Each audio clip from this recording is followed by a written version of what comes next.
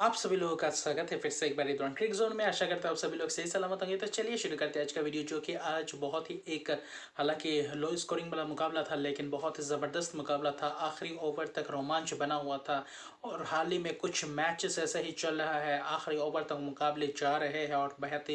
बहुत ही महत्वपूर्ण मुकाबले भी हो रहे हैं और बहुत ही दिलचस्प मुकाबले भी होते जा रहे हैं। आज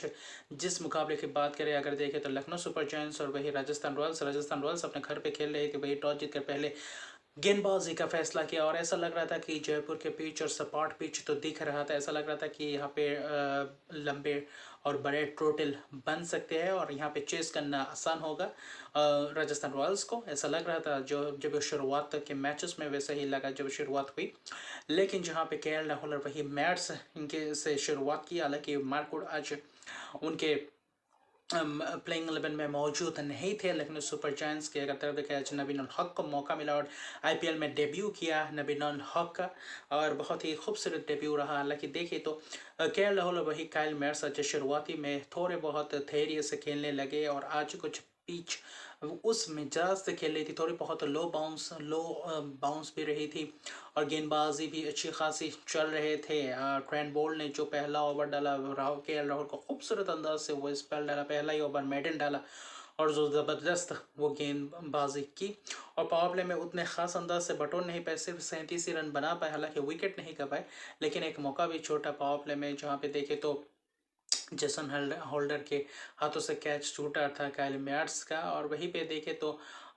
खूबसूरत गेंदबाजी का मुजाहरा रहा पावर प्ले में, खास तौर पर जहाँ पे 3 ओवर लगातार डाले ट्रेंट बोल्ट ने और बहुत ही किफ़ायती साबित रहे। आज अगर ट्रेंट बोल्ट की बात करें और ऐसे मुकाबले में अगर आपके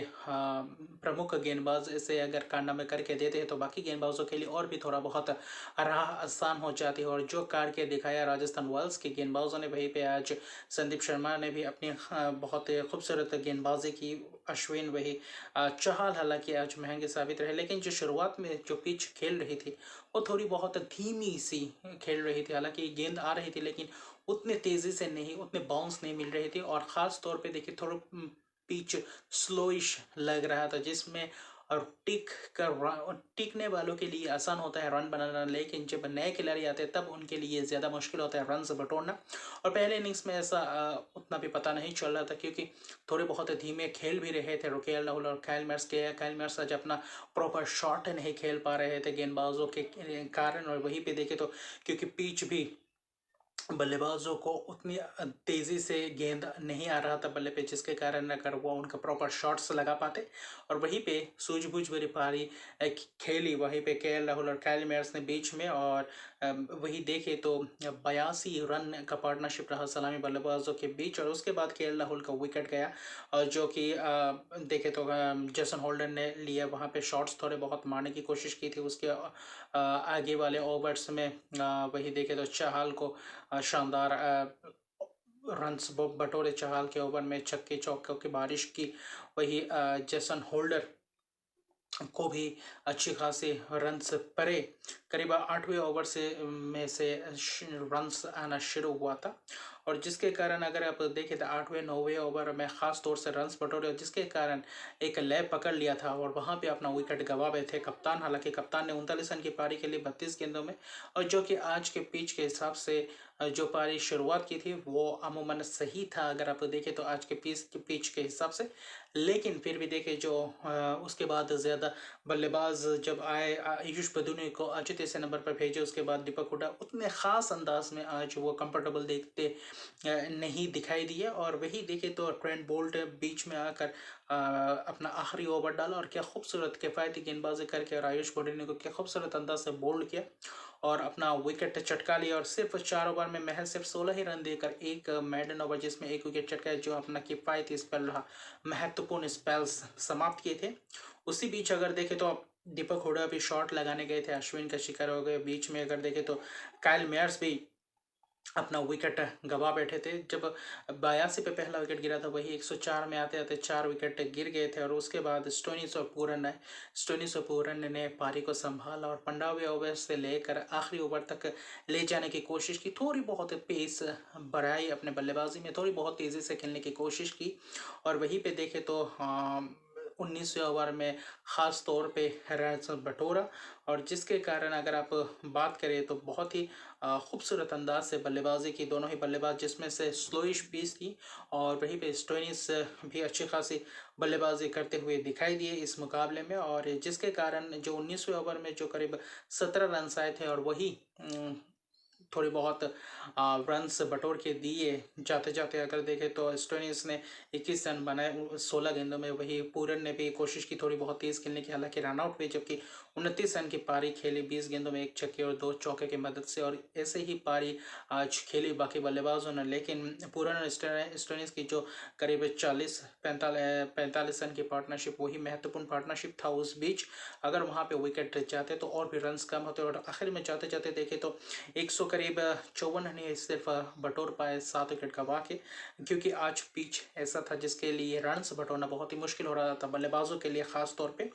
और वहीं पे होल्डर ने 1 विकेट चटका, लेकिन महंगे रहे चाहल भी आज इस पिच पे, हालांकि अश्विन किफायती रहे 2 विकेट चटका 23 रन देकर, तो अच्छी खासी गेंदबाजी रही राजस्थान रॉयल्स की तरफ से। और वही जो ताबड़तोड़ बल्लेबाज थे राजस्थान रॉयल्स के, ऐसा लग रहा था कि 155 रन तब बहुत ही आसानी से ये चेस कर सकते थे, और ऐसा लग रहा था कि ऐसे ताबड़तोड़ शुरुआत देंगे पावर प्ले में, वो पूरी तरीके से रन्स पटोने की कोशिश करेंगे, यूटिलाइज करेंगे पावर प्ले को, भरपूर तेज अंदाज से खेलेंगे। लेकिन वहीं पे वैसे ही करने की कोशिश की।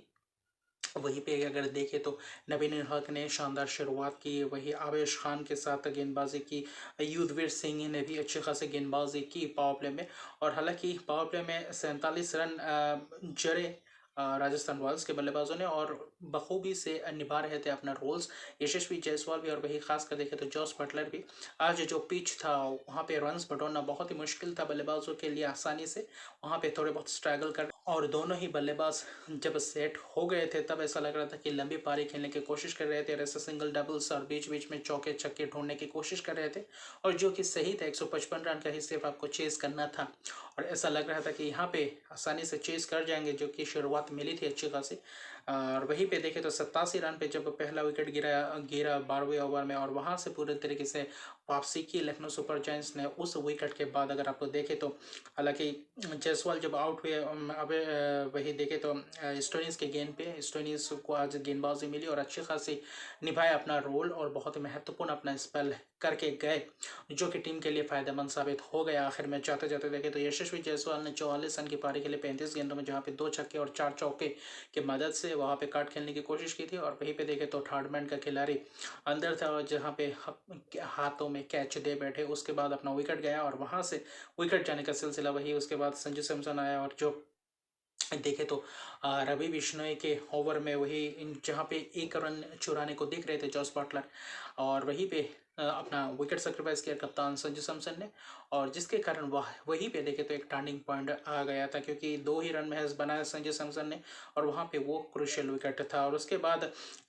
लगातार विकेट गिरते गए। वही उसके बाद जॉस बटलर भी, जब संजू सैमसन का विकेट गया और तुरंत बाद ही अगले ही ओवर में जॉस बटलर अपना विकेट गंवा बैठे छक्के मारने की कोशिश में,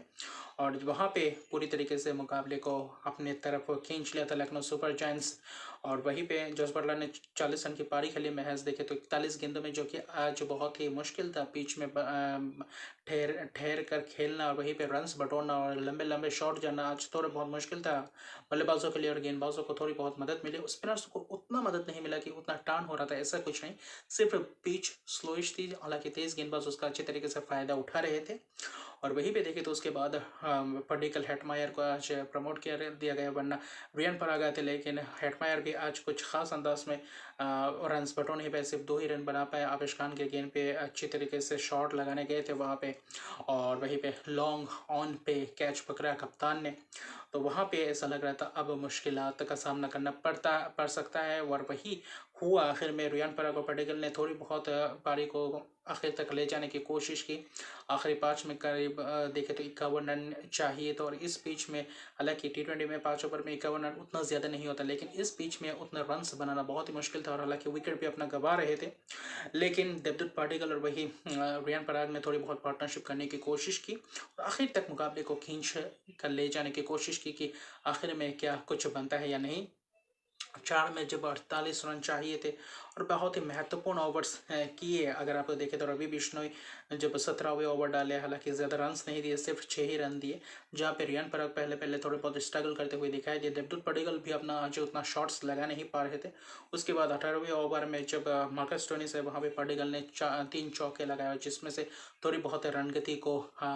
अच्छी तरीके से रन रेट को मेंटेन किया। और आखिरी 2 में करीब अगर आप देखें तो वही 28 रन चाहिए थे,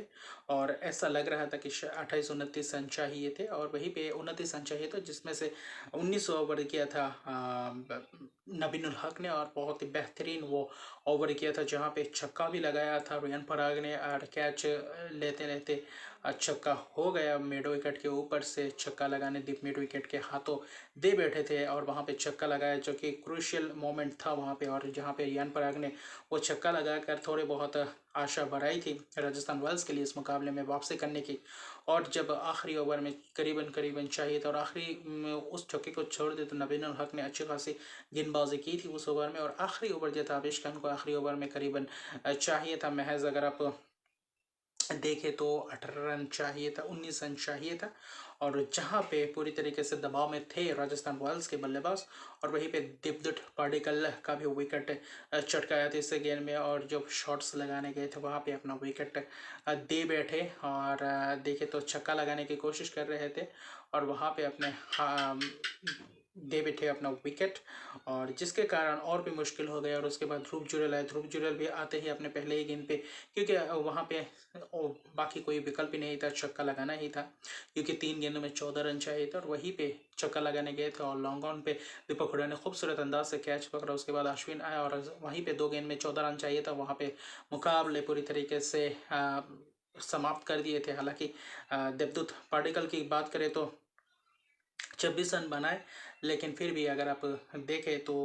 वही जो रन सच बटो नहीं पा रहे थे बल्लेबाज, जो मुश्किलात का सामना करना पड़ रहा था सभी बल्लेबाजों को, और वही हुआ आज गेंदबाजों ने बहुत ही खूबसूरत अंदाज से गेंदबाजी की। मार्कस स्टोइनिस ने 28 रन देकर 2 विकेट चटके, हालांकि थोड़े बहुत रन जो किए थे वो भी क्रूशियल रन किए थे, और विकेट में भी अपना आज ओवर्स में देखे तो पूरी तरीके से हावी रहे आज गेंद बल्लेबाजों के सामने राजस्थान रॉयल्स के। और वही युद्धवीर सिंह हालांकि महंगे रहे, लेकिन नबीनुल हक अच्छी खासी किफायती गेंदबाजी की अपना डेब्यू आईपीएल में, और हालांकि विकेट नहीं चटके, लेकिन बहुत ही महत्वपूर्ण और क्रूशियल ओवर्स डाले। आबिश खान ने हालांकि आखिर में जाते जाते 3 विकेट चटका गए 25 रन देकर, और बहुत ही खूबसूरत गेंदबाजी की, और कैच भी लपके। और जो अमूमन देखे तो ओवरऑल अगर बात करें तो स्पिनर्सों ने भी थोड़ी बहुत मदद की, और लखनऊ सुपर जायंट्स ने आखिर में जाते जाते अच्छी गेंदबाजी करने के कारण ही इस मुकाबले में वापसी कर पाए, और वहाँ पे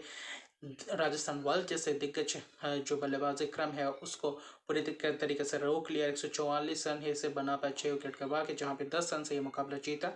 और अभी पूरी तरीके से बराबर में है राजस्थान रॉयल्स के साथ। पॉइंट्स टेबल में दूसरे स्थान पे है हालांकि लखनऊ सुपर जायंट्स, और पहले स्थान पे राजस्थान रॉयल्स है। दोनों का ही पॉइंट समान है, हालांकि रन रेट थोड़ा ज़्यादा है अगर आप देखें तो